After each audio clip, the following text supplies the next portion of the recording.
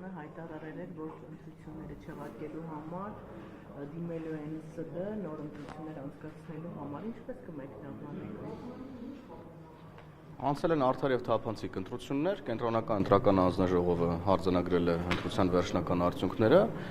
ըստ այդմ ուրեմն դրանից հետո իհարկե բոլոր կողմերը, թե քաղաքական ուժերը, թե նաև անկախ դիտորդական կազմակերպություններն իրավունք ունեն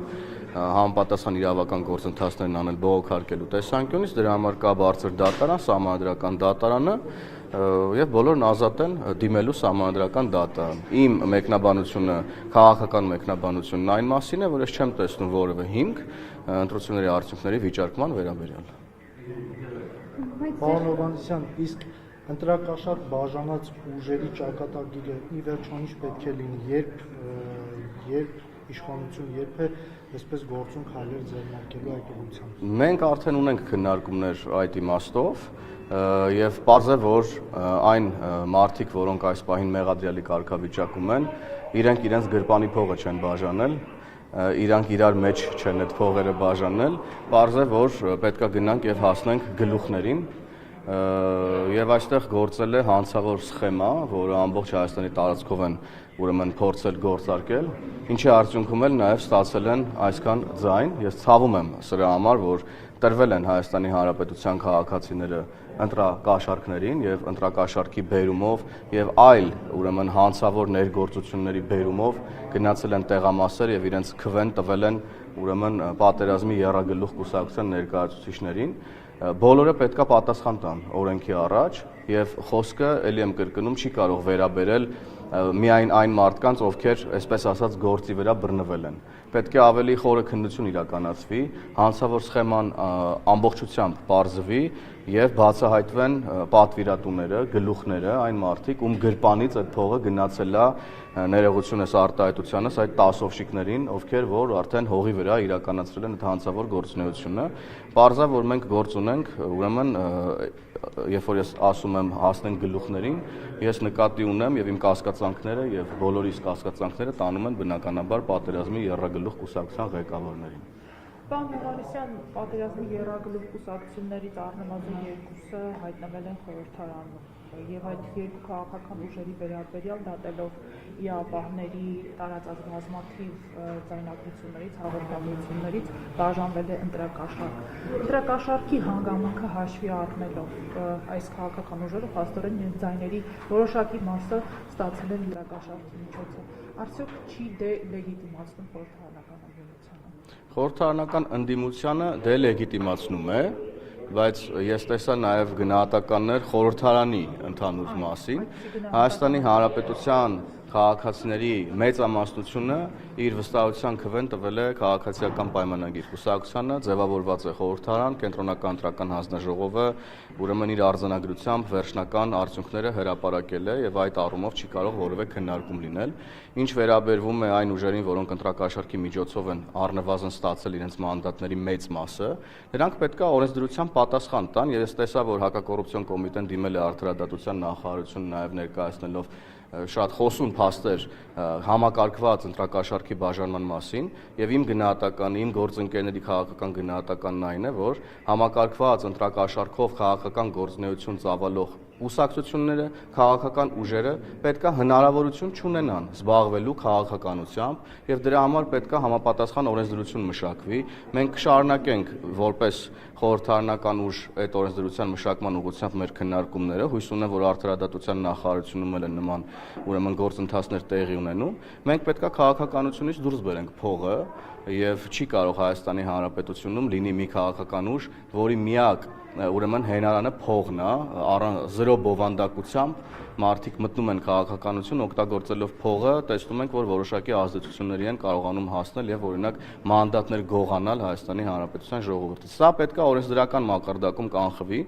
եւ ընդհուպ մինչեւ պետք է այնքան խիստ օրենսդրական կարգավորումներ լինեն, որ նրանց ուղղակի արգելվի զբաղվել քաղաքականությամբ, մասնակցել որևէ ընտրական գործընթացների։ Մենք առաջիկայում ունենք ուրեմն թիմ ընտրություններ մի շարք համայնքներում եւ ես կարծում եմ մինչեւ այդ թիմ ընտրությունները պետքա որոշումներ կայացվեն եւ պետքա օրենսդրությունը մշակվի այս իմաստով։ Ձեր ասածը post factum կատարվելիք գործընթաց պիտի լինի, պարոն Հովհաննիսյան, բայց այս պահի դրությամբ արդեն իսկ ձևավորված խորհրդարանում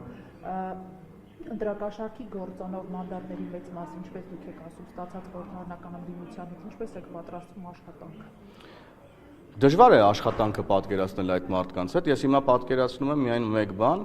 թե ինչա նրանց հետ տեղի ունենալու, երբ որ մտնենք խորհրդարան, նրանք հատ-հատ պատասխան են տալու իրենց յուրաքանչյուր ուրեմն հնչեցրած կեղծ թեզերի համար, հատ-հատ պատասխան են տալու յուրաքանչյուր դրամի համար, որով փորձել են գնել Հայաստանի Հանրապետության քաղաքացուն։ Նրանք շատ դաժան իրականություն է սպասում ազգային ժողովում քաղաքական առումով, մենք նրանց ոչնչացնելու ենք քաղաքական առումով ազգային ժողովի դահլիճում եւ այս նախորդ ընդդիմությանը տեղի ունեցածը ծաղիկներ է լինելու այս նոր եռագլուխների համար, որոնք կմտնեն խորհրդարան։ Թող գան խորհրդարան, մնացածը արդեն քաղաքական իրողությունները ցույց կտան, բայց մենք չենք պատրաստվում ուրեմն աչք փակել այն ամեն ինչի վրա, ինչ որ տեղի է ունեցել։ Քարոզարշավի ընթացքում բազմաթիվ խոստումներ ենք տվել մեր քաղաքացիներին, բազմաթիվ հանձնարարական ենք ստացել մեր քաղաքացիներից եւ մենք գնալու ենք մեր խոստումների ճանապարհով։ Պարոն Հովհաննիսյան, այս պահից արդեն դուք ասում եք,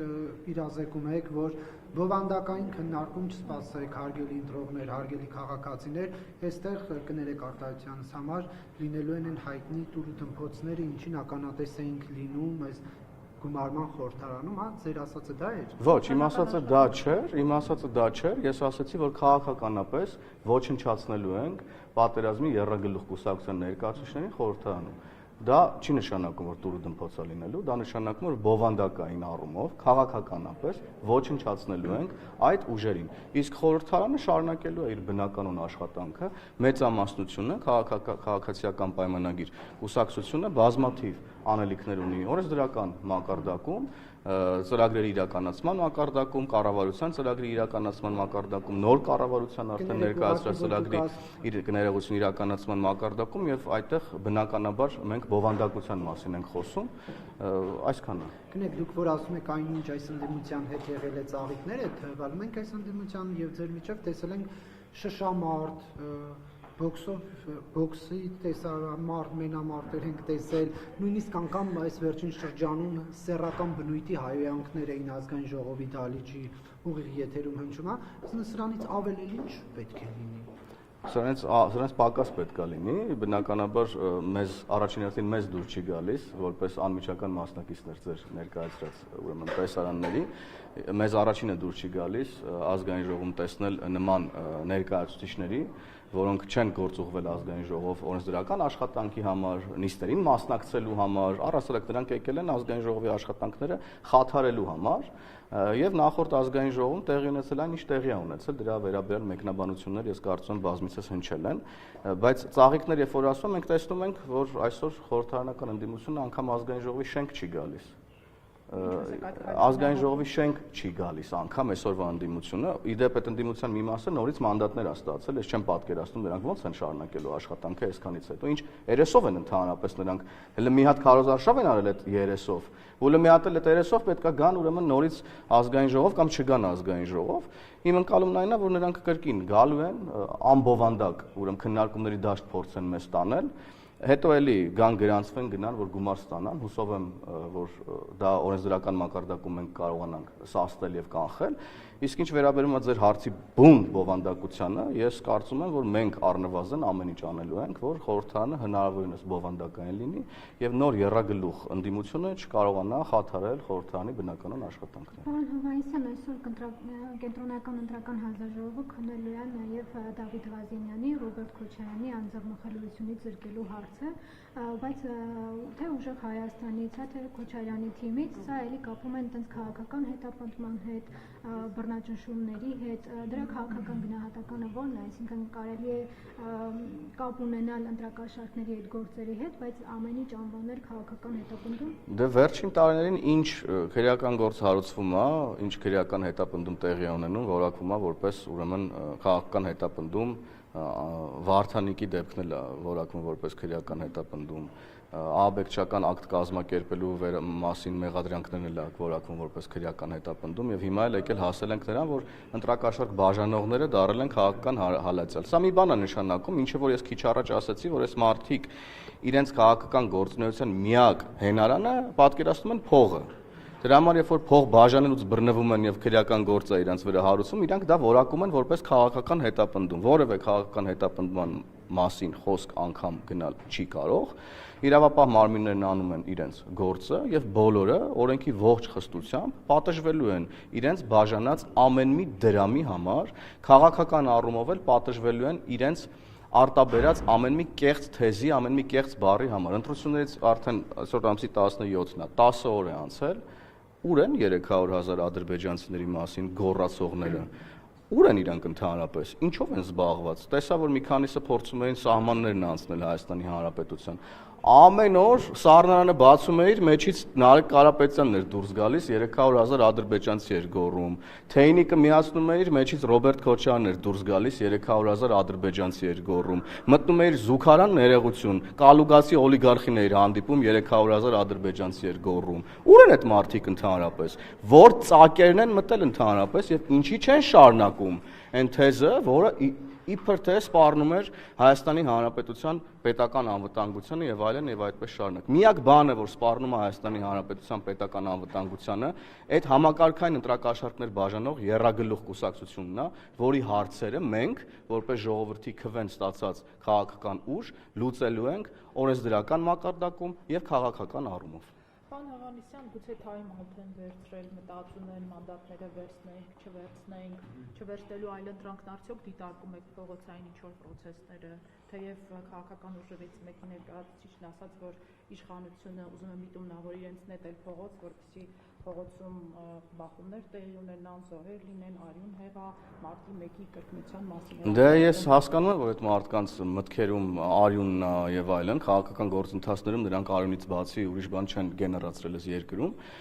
Ես չեմ կարծում, որ պատերազմի եռագլուխ կուսակցության ներկայացուցիչները ունեն որևէ ներուժ փողոցային պայքար իրականացնելու համար եւ փողոցային պայքարի համար մարդիկ պետք է ինչ-որ մոտիվացիա ունենան, որ դուրս գան, պետք է ասենք ընտրությունները կեղծված լինեն, ոնց որ օրինակ 2003 թվականին էր եւ դրան հաջորդող բոլոր տարիներին էր եւ դրան նախորդող նաեւ տարիներին էր։ Այսինքն դե ասելը քիչ է, ես նոր ասում եի, թե ինչեր էին ասում նրանք քարոզարշավին, ուր են իրանք հիմա, ձայները դուրս չի գալիս ոնց որ այդ թեմայով։ Ես ներուժ չեմ տեսնում, պատճառ չեմ տեսնում, որ Հայաստանի Հանրապետության քաղաքացիները կարող են դուրս գալ փողոց ինչ-որ մի անարդարություն վերացնելու եւ արդարություն վերականգնելու իմաստով։ Ընտրություններն ավարտվել են, խորհրդարանը կձևավորվի օգոստոսի սկզբին, բոլորն իրենց իրավական գործընթացները կիրականացնեն, կդիմեն սահմանադրական դատարան, կստանանք սահմանադրական դատարանի եզրակացությունը եւ կշարժվենք առաջ ի բարօրություն Հայաստանի Հանրապետության եւ ի բարօրություն Հայաստանի Հանրապետության կպատժենք բոլոր նրանց, ովքեր փորձել են բռնանալ Հայաստանի Հանրապետության քաղաքացիների իրավունքների վրա եւ հատկապես եւ գլխավորապես ուրեմն խոսքը գնում է Կալուգացի օլիգարխի կամ Կալուգացի շպիոնի Ռոբերտ Քոչարյանի եւ Գագիկ Ծառուկյանի մասին։ Նրանք պետքա ուրեմն ունեզրկվեն, նրանց ձեռքից պետքա վերցնել այն ապօրինի գույքը, որոնք նրանք կուտակել են այս տարիների ընթացքում եւ որը հիմա էլ հելել միատել այդ ապօրինի գույքի շնորհիվ փորձում են փողեր բաժանել մարդկանց։ Մենք հասկանում ենք, չէ, որ հարյուրավոր, միլիոնավոր դոլարներ են նրանք ծախսել, չեն արդարացել նրանց ծախսերը եւ հիմա երևի ինչ որ հաշվարկների մեջ են, դրանով են պայմանավորում նաեւ, որ ինչ որ լռություն է տիրում։ Կվերցնեն մանդատները, թե չեն վերցնի, այդ մեզ ճիշտ ասած այդքան էլ չի հետաքրքրում, մենք մեր օրակարգով ենք շարժվում։